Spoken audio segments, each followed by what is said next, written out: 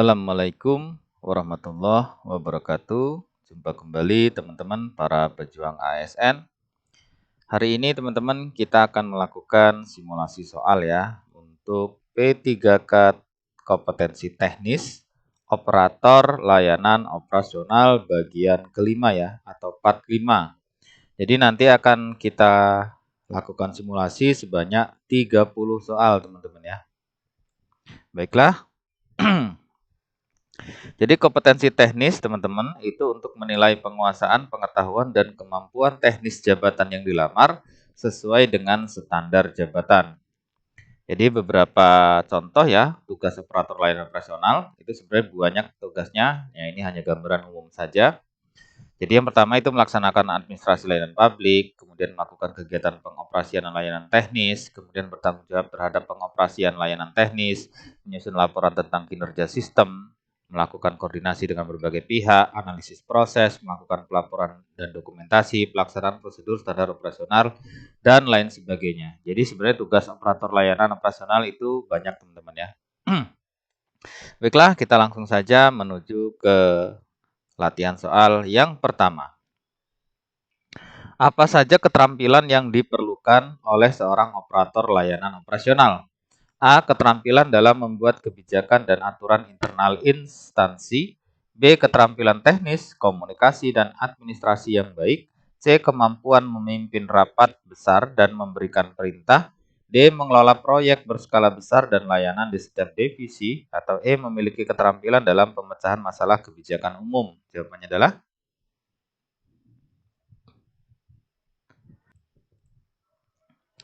ya, kita lihat jawaban yang benar adalah yang B ya, teman-teman ya. Pembahasan seorang operator layanan operasional perlu memiliki keterampilan seperti keterampilan teknis, komunikasi, dan administrasi yang baik. Jadi jawabannya yang B ya. Keterampilan teknis, komunikasi, dan administratif atau administrasi yang baik. Selanjutnya, dalam pengelolaan waktu, apa yang menjadi fokus utama operator layanan operasional? A. Mengurangi jam kerja. B. Menunda tugas yang tidak penting. C. Menyelesaikan tugas tepat waktu dan mengatur prioritas kerja dengan baik. D. Fokus hanya pada tugas administrasi dan mengabaikan tugas teknis. E. Menambah jam kerja untuk mengoptimalkan pelayanan kepada masyarakat. Jawabannya adalah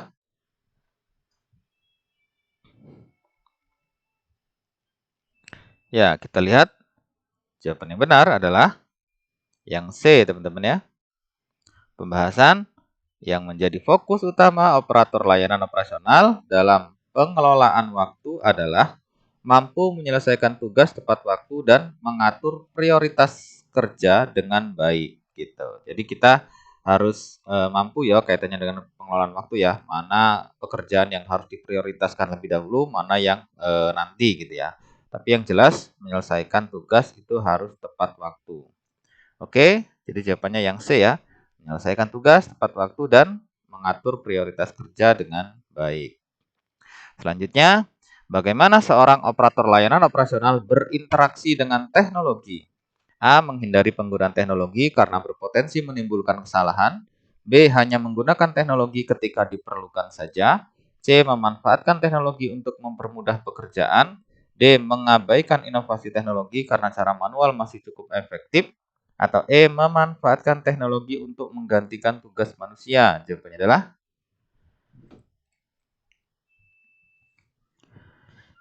kita lihat jawaban yang benar adalah yang C ya. Pembahasan teknologi dapat dimanfaatkan untuk membantu mempermudah pekerjaan sehingga hasilnya bisa maksimal, efektif, dan efisien. Jadi jawaban yang benar adalah yang C ya. Jadi seorang operator layanan operasional itu harus dia berinteraksi dekat ya dengan teknologi ya. Nah, sehingganya karena teknologi itu dapat dimanfaatkan untuk mempermudah pekerjaan gitu ya. Jadi operator layanan operasional berinteraksi dengan teknologi itu memanfaatkan teknologi untuk mempermudah pekerjaan gitu teman-teman. Oke, selanjutnya salah satu tugas penting operator layanan operasional terkait penyimpanan data adalah A. Memastikan data disimpan dengan aman dan mudah diakses oleh pihak berwenang.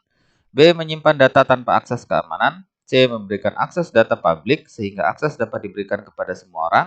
D. Menyimpan data di satu tempat penyimpanan dan tidak perlu ada backup data. Atau E. Menyimpan data di Google Drive atau di cloud system ya. Google Drive dan cloud system. Jawabannya adalah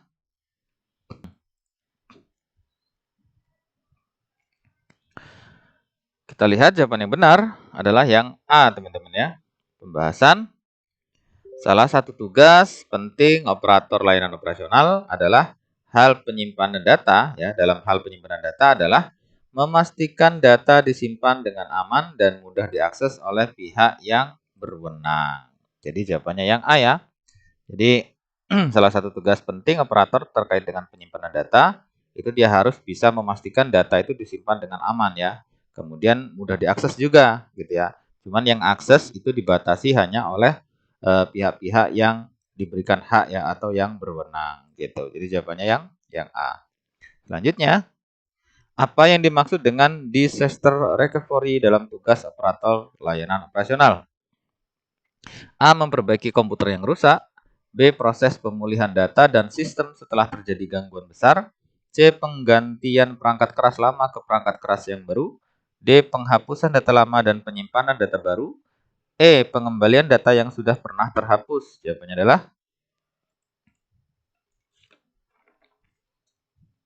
kita lihat jawabannya. Ya, jawabannya yang benar adalah yang B, teman-teman ya. Kita lihat pembahasan. Disaster recovery ya atau DR adalah kemampuan organisasi untuk memulihkan akses dan fungsi infrastruktur IT setelah bencana atau gangguan yang signifikan. Tujuannya adalah untuk mengurangi dampak negatif pada bisnis dan memastikan kelangsungan operasional secara efektif. Jadi, disaster recovery itu adalah proses pemulihan data ya dan atau sistem setelah terjadi gangguan atau bencana, teman-teman, terhadap infrastruktur IT gitu. Jadi jawabannya yang B ya. Selanjutnya, apa yang dimaksud dengan monitoring server dalam tugas operator layanan operasional? A. Mengupdate data server untuk meningkatkan kecepatan kerja server. B. Memperbarui sistem operasi server agar kinerja lebih optimal. C. Menghentikan kerja server setiap malam untuk diistirahatkan. D. Meningkatkan kapasitas server setiap tahun guna memenuhi kebutuhan akses. E. Memantau kinerja server secara berkala untuk memastikan sistem berjalan baik. Jawabannya adalah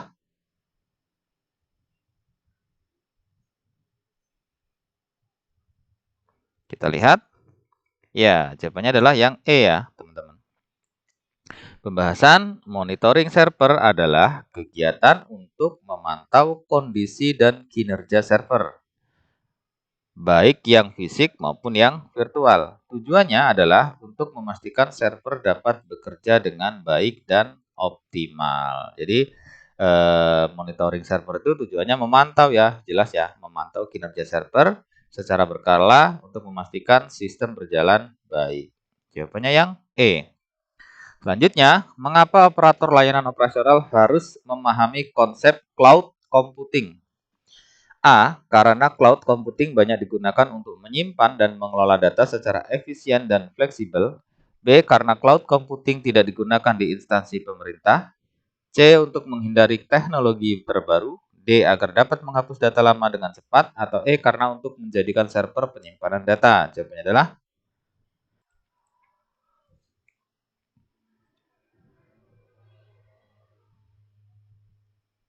kita lihat jawaban yang benar adalah yang A ya. Pembahasan cloud computing banyak digunakan untuk menyimpan dan mengelola data secara efisien dan fleksibel. Sehingga hal itu harus dipahami oleh seorang operator layanan operasional. Jadi jawabannya yang A ya. Cloud computing banyak digunakan untuk penyimpanan dan pengelola data secara efisien dan fleksibel. Selanjutnya, apa tujuan utama dari audit teknologi informasi di instansi pemerintah? A. Meningkatkan jumlah pegawai. B. Memastikan bahwa sistem informasi berjalan sesuai standar dan tidak ada pelanggaran keamanan. C. Mengurangi anggaran. D. Menghapus data lama. E. Untuk melindungi data dari serangan virus. Jawabannya adalah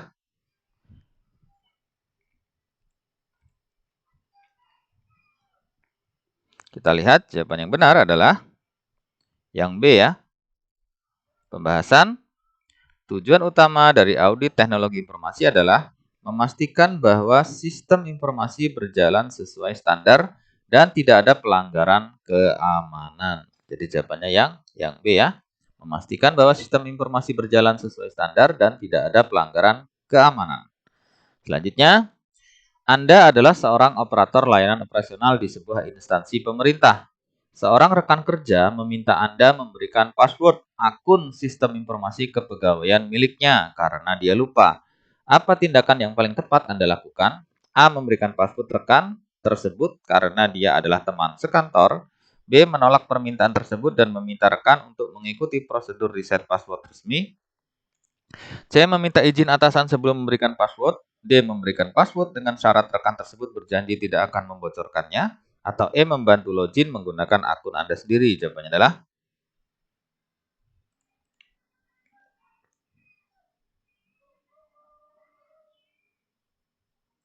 kita lihat jawaban yang benar adalah yang B, teman-teman ya. Pembahasan, seorang operator layanan operasional tidak boleh melakukan kegiatan yang di luar prosedur yang ada. Dalam hal kasus di atas, operator layanan hanya bisa membantu sebatas informasi dan cara untuk mengikuti prosedur reset password ya resmi yang sudah disediakan, gitu ya. Jadi kalau ada yang meminta password dengan cara yang tidak prosedur, itu kita harus berani menolak ya permintaan tersebut. Dan kemudian kita memberikan sebuah informasi, kemudian menuntun ya step by step-nya untuk mengikuti prosedur kaitannya dengan reset password resmi yang telah disiapkan. Oke, jadi jawabannya yang B. Selanjutnya, dalam menangani dokumen yang berisi informasi sensitif tentang rencana pengembangan infrastruktur di sebuah kabupaten, Anda menemukan bahwa beberapa bagian dokumen tersebut tidak memiliki label klasifikasi kerahasiaan. Apa yang harusnya Anda lakukan? A. Mengabaikannya karena bukan tanggung jawab Anda untuk memberi label. B. Memberi label rahasia pada seluruh dokumen untuk berjaga-jaga. C. Meminta klarifikasi kepada pembuat dokumen atau atasan tentang klasifikasi yang tepat. D. Menghapus bagian yang tidak memiliki label untuk menghindari kebocoran. E. Membagikan dokumen tersebut ke rekan kerja untuk mendapatkan pendapat mereka. Jawabannya adalah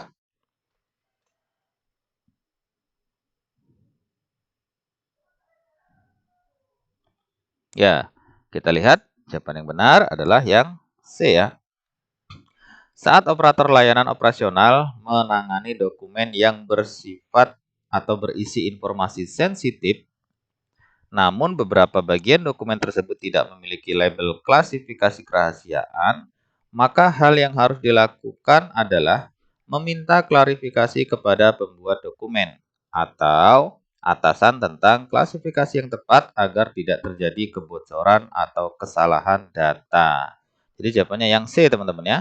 Meminta klasifikasi kepada pembuat dokumen atau atasan tentang klasifikasi yang tepat. Oke. Selanjutnya, seorang operator layanan operasional diminta untuk mengirimkan laporan keuangan tahunan instansi di mana dia bekerja melalui email kepada auditor eksternal. Metode pengiriman yang paling aman adalah A. Mengirimkan file laporan sebagai attachment biasa. B. Menggunakan layanan file sharing publik dan mengirimkan linknya. C. Mengenkripsi file laporan dan mengirimkan password melalui SMS. D. Mencetak laporan dan mengirimkannya via pos. Atau E. Menggunakan sistem secure file transfer dengan enkripsi end-to-end. Jawabannya adalah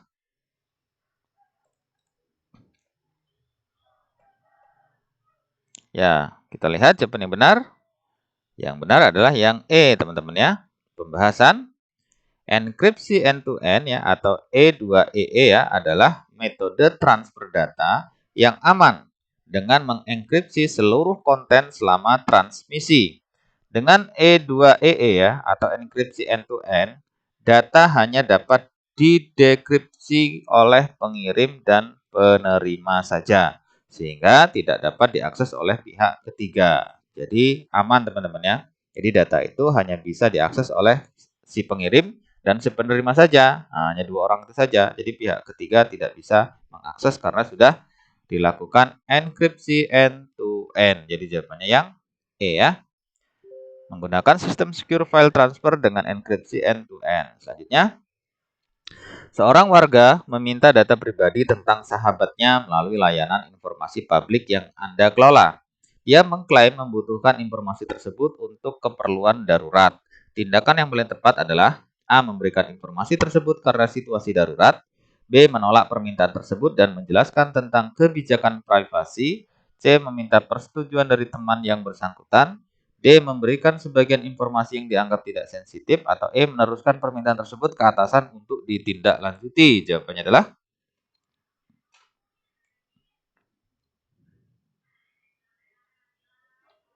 jawaban yang benar adalah yang B, teman-teman ya. Pembahasan data pribadi tidak boleh diberikan kepada orang lain atau kepada sembarangan orang ya, karena itu melanggar hak privasi dan dapat berakibat pada kerugian. Sehingga kalau ada yang meminta ya, siapapun itu kaitannya dengan data pribadi ya, data pribadi seseorang itu tentunya kita akan menolak permintaan tersebut ya, dan menjelaskan tentang kebijakan privacy gitu. Sehingga ditolak dengan cara yang baik, dengan cara yang halus, kemudian memberikan sebuah solusi ya dengan cara memberikan penjelasan tentang kebijakan privacy tersebut. Jadi jawabannya yang B, teman-teman. Selanjutnya, Anda menemukan bahwa beberapa rekan kerja sering menggunakan USB flash disk pribadi untuk mentransfer data pekerjaan. Dari perspektif keamanan informasi, resiko utama dari praktik ini adalah A. Kehilangan USB flash disk yang berisi data penting. B. Penyebaran malware ke sistem instansi. C. Penggunaan bandwidth internet yang berlebihan. D. Penurunan kinerja komputer kantor. E. Peningkatan biaya pengadaan alat tulis kantor. Jawabannya adalah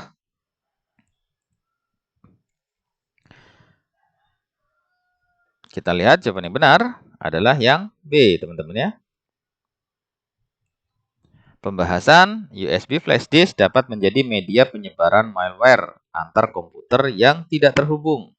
Malware dapat menginfeksi komputer tanpa disadari. Misalnya ketika PC yang terinfeksi memindahkan dirinya ke drive USB ya, atau ke USB flash disk. Sehingga kalau kita pindahkan USB itu ke komputer yang lain, maka bisa jadi malware ya atau virus itu pindah ke komputer tersebut. Jadi dari perspektif keamanan, resikonya adalah penyebaran virus ya atau malware. Jadi penyebaran malware di sistem instansi. Oke, selanjutnya dalam menghadapi peningkatan permintaan selama waktu-waktu puncak, strategi apa yang sebaiknya diterapkan oleh seorang operator layanan operasional untuk menjaga kualitas layanan? A. Mengabaikan permintaan tambahan. B. Menutup layanan bagi pengguna baru. C. Mengurangi layanan untuk semua pelanggan. D. Menambah kapasitas dan sumber daya sementara. Atau E. Meningkatkan tarif layanan untuk mengurangi permintaan. Jawabannya adalah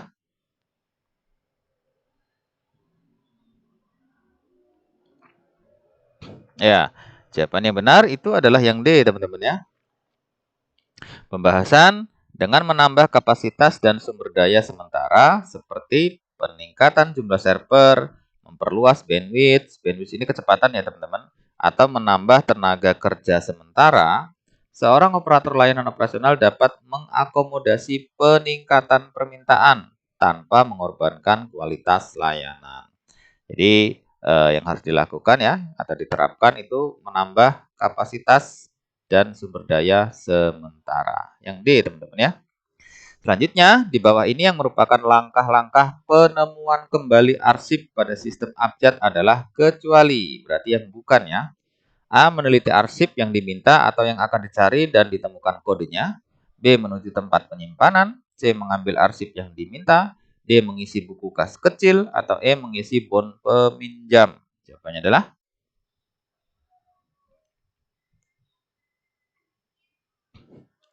kita lihat jawaban yang benar adalah yang D ya. Pembahasan langkah-langkah penemuan kembali arsip pada sistem abjad. Yang pertama adalah meneliti arsip yang diminta atau yang akan dicari dan ditemukan kodenya. Kemudian yang kedua menuju tempat penyimpanan. Yang ketiga mengambil arsip yang diminta. Selanjutnya adalah mengisi bon peminjam. Jadi yang tidak ada itu adalah mengisi buku kas kecil. Jadi jawabannya yang D. Selanjutnya, Salah satu bentuk mitigasi untuk mencegah terjadinya kehilangan arsip akibat peminjaman yang tidak tertib, maka dapat digunakan tools A. Kartu indeks, B. Kartu tunjuk silang, C. Outslip, D. Buku arsip, atau E. Ticker file. Jawabannya adalah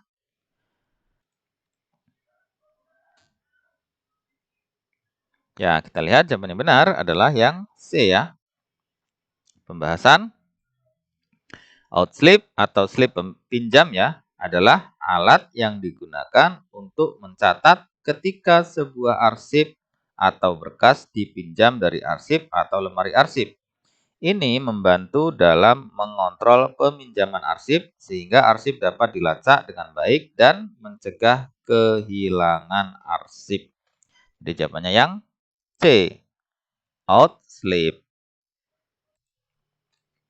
Selanjutnya, dengan melakukan pengawasan yang cermat dan teliti, operator layanan operasional dapat memastikan bahwa pekerjaan berjalan sesuai dengan rencana, memenuhi standar kualitas yang ditetapkan, dan dapat diselesaikan dalam waktu yang ditetapkan.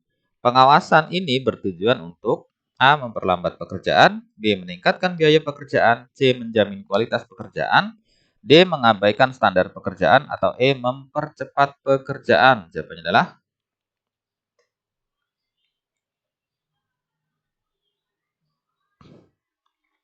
ya, kita lihat yang C, teman-teman ya. Pembahasan pengawasan bertujuan untuk memastikan bahwa setiap tahap berjalan sesuai dengan rencana, standar, dan spesifikasi yang telah ditetapkan. Salah satu aspek terpenting dari pengawasan adalah menjamin kualitas pekerjaan ya. Jadi menjamin kualitas pekerjaan yang C. Selanjutnya, proses yang memastikan bahwa pekerjaan sesuai dengan spesifikasi dan standar disebut A. Pengawasan kualitas, B. Instalasi kualitas, C. Pengecoran kualitas, E. Erosi kualitas, atau E. D tadi ya, D. Erosi kualitas, atau E. Pemeliharaan kualitas. Jawabannya adalah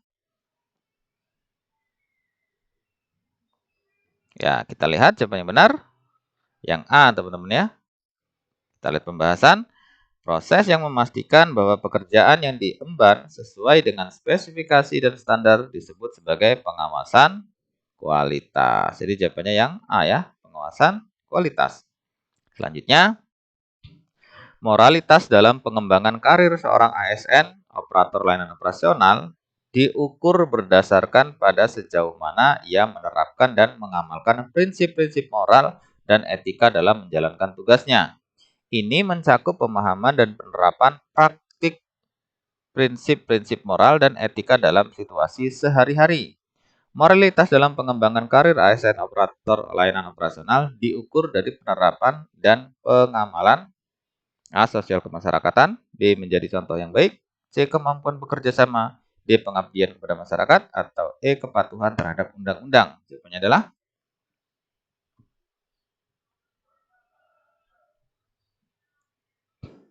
kita lihat.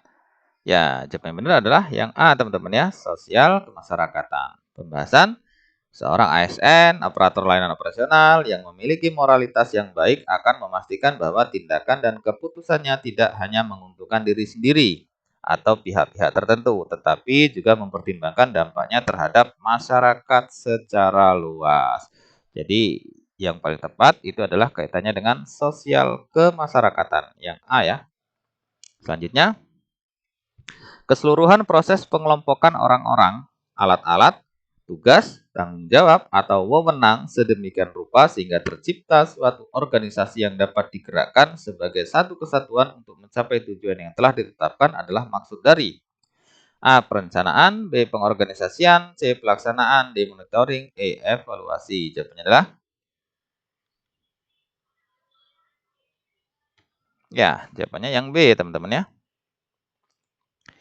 Pembahasan pengorganisasian adalah proses pengelompokan orang-orang, alat-alat, tugas, tanggung jawab, atau wewenang sedemikian rupa sehingga tercipta suatu organisasi yang dapat digerakkan sebagai satu kesatuan untuk mencapai tujuan yang telah ditetapkan. Jadi maksudnya adalah pengorganisasian. Jawabannya yang B. Selanjutnya, laporan yang dibuat oleh operator layanan operasional harus jelas tujuannya, terutama adalah sebagai berikut. A. Dimaksudkan untuk memberikan gambaran mengenai peristiwa yang belum terjadi. B. Menguji perakiraan dan hipotesis. C. Merancang pengawasan dan perbaikan. D. Mengetahui perkembangan, kemajuan proyek, dan atau penelitian. E. Memberikan rekomendasi tindakan yang tepat. Jawabannya adalah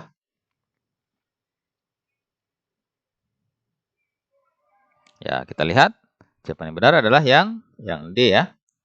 Salah satu tujuan utama dari pembuatan laporan adalah untuk memberikan informasi tentang perkembangan atau kemajuan dari suatu kegiatan atau proyek atau penelitian tertentu. Jadi jawabannya yang D. Mengetahui perkembangan kemajuan proyek penelitian. Selanjutnya, apa yang harus dilakukan operator layanan operasional untuk memastikan keselamatan kerja di area operasional? A. Menyusun laporan bulanan. B. Mengabaikan prosedur keselamatan. C. Memastikan bahwa semua prosedur keselamatan dan peraturan diikuti. D. Mengurangi jumlah infrastruktur. Atau E. Mengurangi jumlah pegawai. Jawabannya adalah Oke, kita lihat jawaban yang benar adalah ya, yang C teman-teman ya.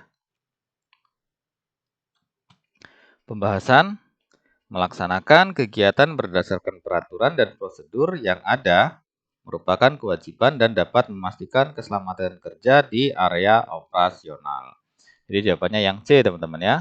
Memastikan bahwa semua prosedur keselamatan dan peraturan diikuti. Selanjutnya, apa tujuan dari enkripsi data dalam tugas operator layanan operasional? A. Untuk menghemat ruang penyimpanan. B. Melindungi data dan hanya pihak berwenang yang dapat membacanya. C. Untuk menghapus data. D. Untuk meningkatkan kecepatan pengiriman data. Atau E. Untuk mengganti data yang sudah usang ke data yang baru. Jawabannya adalah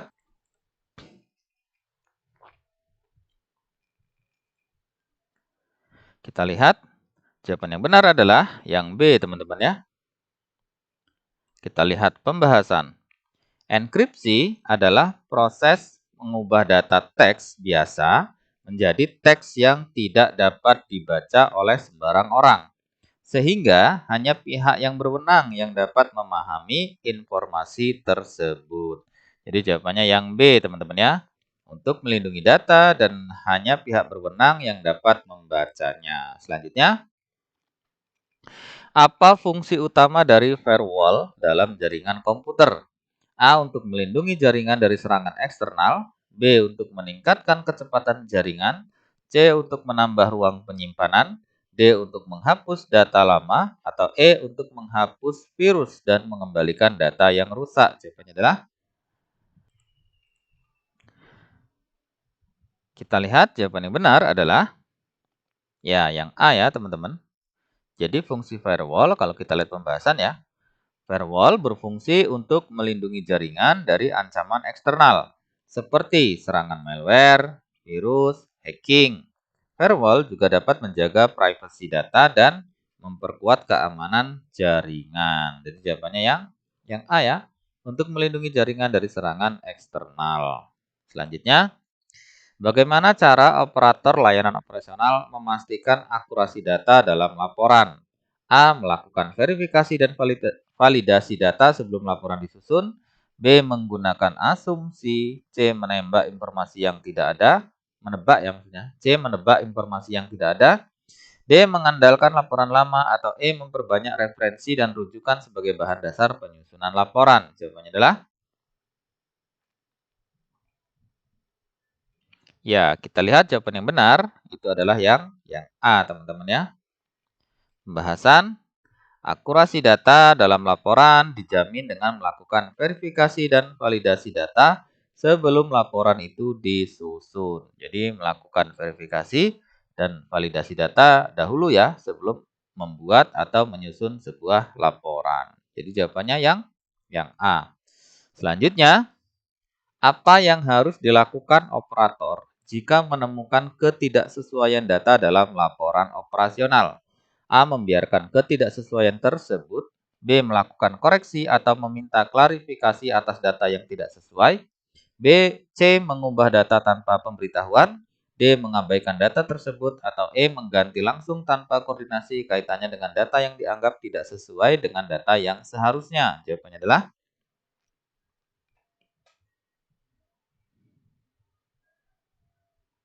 kita lihat jawabannya benar. Ya, yang B teman-teman ya.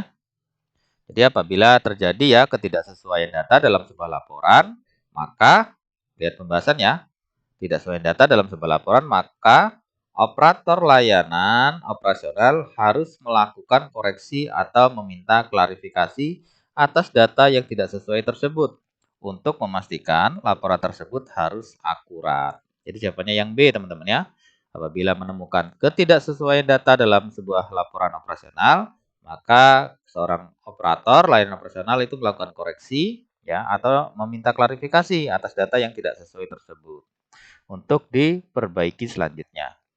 Oke, soal berikutnya, dalam manajemen laporan operasional, apa yang dimaksud dengan pelaporan tepat waktu? A. Pelaporan yang dilakukan setelah batas waktu. B. Pelaporan yang dilakukan tanpa peduli pada jadwal. C. Pelaporan yang dilakukan sesuai dengan jadwal yang telah ditetapkan. D. Pelaporan yang dilakukan saat pegawai memiliki waktu luang. Atau E. Pelaporan yang dilakukan dengan waktu yang panjang dan tidak terbatas. Jawabannya adalah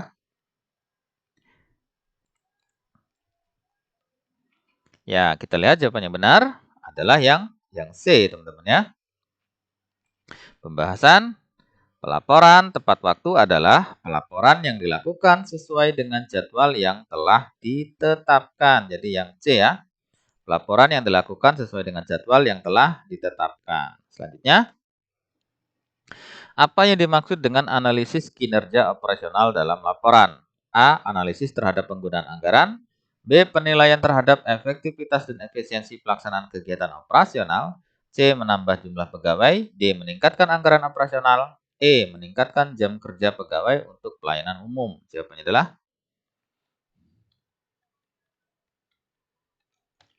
ya, jawabannya yang B, teman-teman ya.